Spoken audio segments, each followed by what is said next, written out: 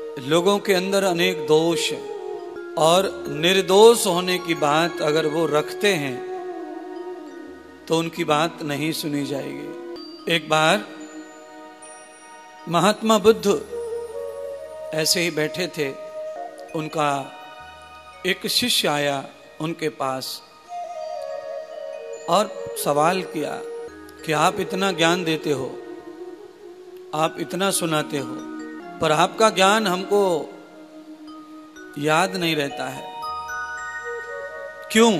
महात्मा बुद्ध ने कहा कि जरा रुको भाई, तुम्हें समझाते हैं।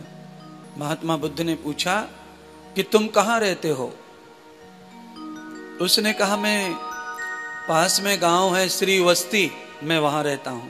महात्मा जी ने कहा तुम वहां कैसे जाते आते हो? तो कहा साधन से, कोई साधन, गाड़ी घोड़ा जो मिल जाए उससे चले जाते हैं। महात्मा ने कहा ये बताओ कि इस समय तुम यहां बैठे हो तो यहां बैठ के अपने घर कैसे जाओगे? गुस्सा आ गया उसको।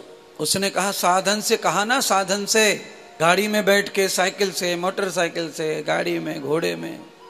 महात्मा बुद्ध ने उसे समझाया कि जिस प्रकार से अपने गांव जाने के लिए, घर जाने के लिए, श्रीवस्ती जाने के लिए तुम साधन का प्रयोग करते हो तब घर पहुंचते हो, ऐसे ही आपको मेरा ज्ञान या किसी और महात्मा का ज्ञान या भगवान का ज्ञान आपको तब ही याद होगा जब आप उसको आचरण कर लोगे, जब आप उसे साधन कर लोगे।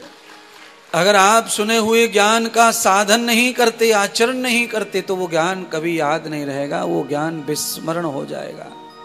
ज्ञान, बुद्धि में इतनी ताकत नहीं है कि वो ज्यादा याद रखे। बुद्धि नया नया याद रखती है और पुराने पुराने को भूलती जाती है। अगर नहीं भूलती जाती तो चलो तुम ही बताओ, गुरु पूर्णिमा की कथा में हमने कहा सुनायो, पहले दिन बताओ। अभी तो 1 ही महीना हुआ, सब लोग जो यहाँ हैं सब लोगों ने गुरु पूर्णिमा की कथा सुनी है, पहले दिन क्या सुनाया बताओ? सब लद गए जमाने, कथा लद गई, भूल गए अपन।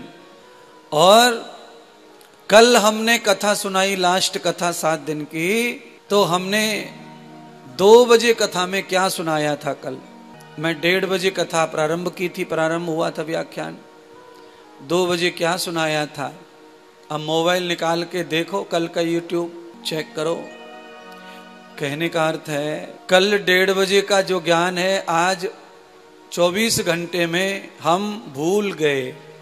इसीलिए गुरु का ज्ञान कभी भी हमारे काम नहीं आ पा रहा, क्योंकि हमें भूलने की जो आदत है उसकी वजह से हम हमेशा असमर्थ रहेंगे और जिंदगी भर ज्ञान सुनते रहेंगे, कथा सुनते रहेंगे, पर हम कभी आगे नहीं बढ़ेंगे, क्योंकि हम ज्ञान को, कथा को, सत्संग को साधन नहीं बनाते।